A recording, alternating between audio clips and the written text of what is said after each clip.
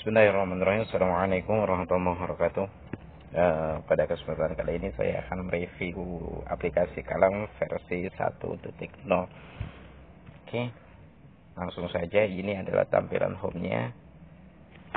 Di bawah ini ada menu berita. Hanya menu beritanya sedang kami siapkan CMS-nya. Insyaallah di tanggal 3 Mei ini semuanya rilis. Selanjutnya di sini ada daftar pesantren list donasi. Jadi menu donasi ini itu saya langsung direct ke pesantren-pesantren yang terdaftar di aplikasi. Nanti kita akan tentukan bagaimana cara pendaftaran pesantren ke dalam aplikasi ini. Contohnya di sini saya buka pondok pesantren Al Jailani Firdaus. Di sini ada konten tentang pesantrennya sepintas. Terus ada alamat pesantrennya. Dan untuk mengetahui lebih detail keterkaitan pesantrennya, kita klik saja menu atau icon WhatsApp-nya. Ini akan langsung terhubung ke mana ke si pesantren ini ya, pesantren Al Jailani Firdaus ini. Koordinatornya atau penanggung jawabnya. Oke, kita kembali ke aplikasinya. Kita kembali. Di sini ada menu profil. Ini akan di menu profil ini itu akan menampilkan tentang aplikasi. Aplikasi ini itu menggunakan perhitungan koordinat, perhitungan kiblatnya itu pakai apa. Terus Qur'annya itu rujukannya kemana gitu kan. Terus perhitungan waktu sholatnya itu menggunakan apa, semuanya tertera detail di sini. Oke. Di sini kita akan bahas ini apa sih penyelesaian Al-Quran terakhir membaca 25%. Jadi penyelesaian Al-Quran terakhir membaca ini tuh nanti terakhir membacanya itu akan muncul surat apa, ayat berapa. Nah, insya Allah sebentar lagi kan kita akan menjelang Ramadan. Dan bagi teman-teman handphone ini tuh bisa dipergunakan untuk tadarus ya, insya Allah. Insya Allah bisa untuk pergunakan tadarus. Dan nanti kita bisa lihat di sini.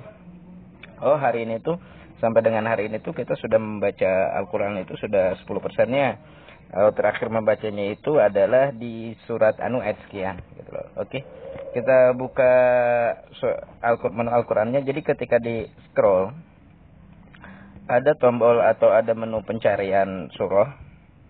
Contoh kita akan mencari surah Yasin. Ini akan muncul surah Yasinnya. Terus misalkan surah apa lagi? Misalkan At-Taubah. Misalkan At-Taubah. Oke, At-Taubah ada. Oke. Jadi saya fasilitasi pencarian ini tuh untuk memudahkan teman-teman dalam mencari surahnya gitu loh. Oke. Misalkan ini Al-Fatihahnya kita klik. Misalkan kita akan membaca suratul Fatihah.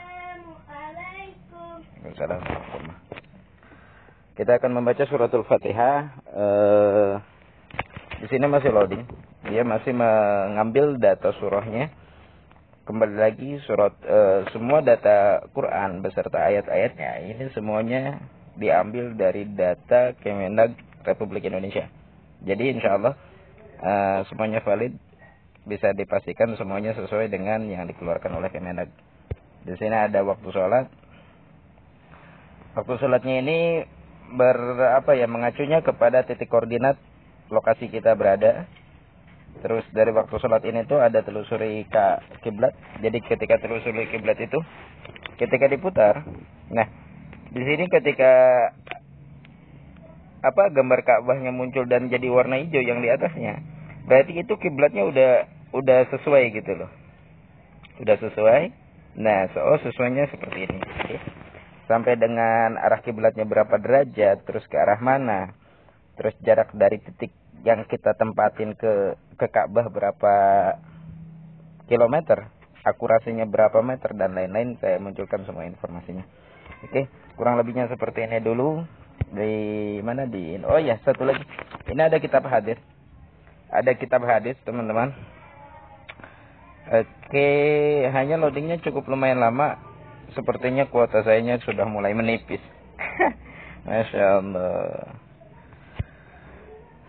Loadingnya cukup lumayan lama. Pada dasarnya di kitab hadis ini itu ada 9 kitab hadis. Dari kitab Abu Daud, terus Muslim, Bukhari, terus At-Tirmidzi, terus yang lain-lain lah, yang lain-lain dengan ribuan-ribuan hadis di dalamnya. Oke, insyaallah. Di bawahnya ini ada berita nasional. Di bawahnya berita nasional, jadi ketika teman-teman klik, saya munculkan langsung website penyedia beritanya. Jadi pada dasarnya teman-teman bisa baca berita di sini. Nah, di atasnya ini adalah hikmah dari Ang Oki Firdaus rahimahullahu wa karamallahu ta'ala nabi. Hanya saya masih hold karena memang menunggu semua tulisan-tulisan itu harus direview dulu oleh beliau. Ketika layak, ketika boleh dipublish, maka kita akan publish. Kurang lebih seperti itu untuk aplikasi Kalam di versi 1. Di sini di akunnya itu ada tentang aplikasi yang tadi saya sampaikan. Terus ada kebijakan privasi. Hanya mohon maaf dari kebijakan privasi, terus syarat dan ketentuan itu semuanya dalam bentuk dalam bahasa Inggris, karena memang yang diminta oleh pihak Google-nya itu seperti itu. Pihak Play Store-nya itu harus dalam bahasa Inggris gitu loh. Ini pun kami kemarin sudah mengajukan banding ketika aplikasinya hanya dalam bahasa Indonesia pun itu sempat di-reject gitu loh teman-teman. Oke, insyaallah sebentar lagi akan rilis dan publish di Play Store dan teman-teman bisa manfaatkan, pergunakan aplikasi ini dengan sebaik-baiknya. Dan insyaallah dalam aplikasi ini tidak ada unsur finansialnya. Semuanya pure mutlak informasi tentang Islam, komunikasi tentang sosial dan lain-lain. Terima kasih. Assalamualaikum warahmatullahi wabarakatuh.